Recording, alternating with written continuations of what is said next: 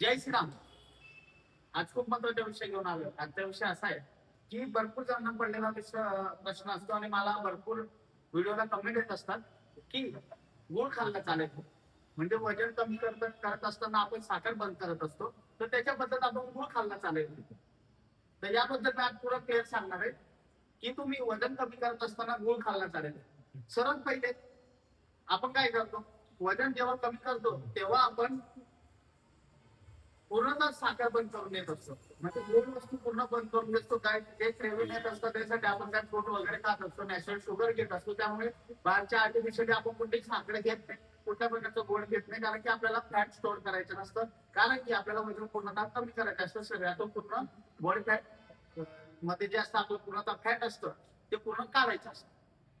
तर त्यासाठी आपण एक ऑप्शन म्हणून मला असे प्रश्न येत आहे, असे कमेंट येऊ राहिले की आपण त्याबद्दल गुळ खाल्ला चालेल का?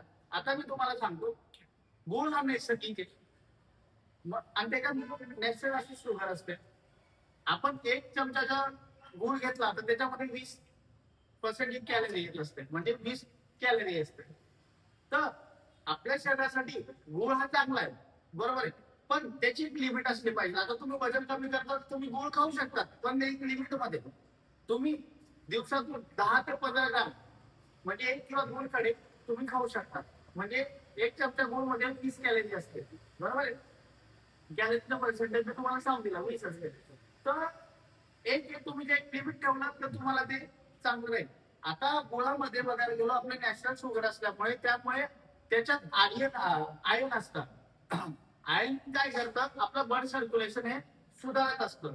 त्यानंतर तुम्हाला इन्स्टंट एनर्जी देत असतात. भरपूर जण प्री वर्कआउट मध्ये यूज करत असतात आणि मी सुद्धा सजेस्ट करतो, प्री वर्कआउट पावडर फॉर्म घेण्यापेक्षा तुम्ही गुळ खा. त्यामुळे इन्स्टंट एनर्जी भेटत असते आणि आयर्न असल्यामुळे त्यामध्ये एक ब्लड सर्क्युलेशन आपलं चांगलं सुधारत असतं.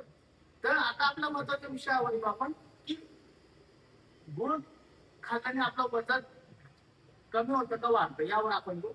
आता नॅचरल शुगर असल्यामुळे तुम्ही तर त्याचे एक लिमिट ठेवलं, दिवसाला 1-2 खडे खाल्ले, म्हणजे तुम्ही दुपारच्या जेवणानंतर असो, व्यायामाच्या पूर्वी असो किंवा सकाळी असो, दिवसातून 3 टाइम मधून एकदा तुम्ही खाल्ले 10 ते 15 ग्राम, म्हणजे 1-2 खडे, तर तुम्हाला काय त्याची रिॲक्शन होणार नाही तुमचं वेट लॉस करत असताना, म्हणजे वजन कमी करत असताना.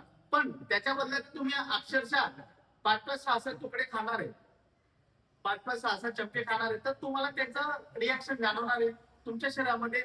तसा त्याचा रिझल्ट यायला, म्हणजे जे वेट लॉस तुम्ही करता ते पूर्णतः थांबून जाईल जास्त प्रमाणात खाल्लं. तर माझं एकच सांगणं आहे, तुम्ही दिवसातून 1 किंवा 2 खडे खाऊ शकता, म्हणजे 10 ते 15 ग्राम, ज्याने तुमचं फॅट वाढणार नाही, वजन वाढणार नाही. आणि नॅचरल शुगर असताना ते शरीराला चांगलं असतं. आणि वेट लॉस करत असताना मी तुम्हाला सांगतो, तर तुम्ही केव्हा खाल्लं पाहिजे, तुम्ही कमीत कमी तुमच्या व्यायामाच्या अगोदर एकाच खडा खाल्ला पाहिजे, म्हणजे 10 ते 15 ग्राम, ज्याने तुम्हाला इन्स्टंट एनर्जी भेटेल.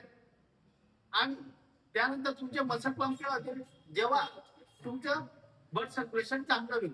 कारण की आयर्न ज्यामध्ये असतं गुळामध्ये, म्हणून गुळ खाल्ला पाहिजे, पण त्याची एक लिमिट असली पाहिजे, 1 किंवा 2 खडे, त्याच्यावरती जाऊ नका.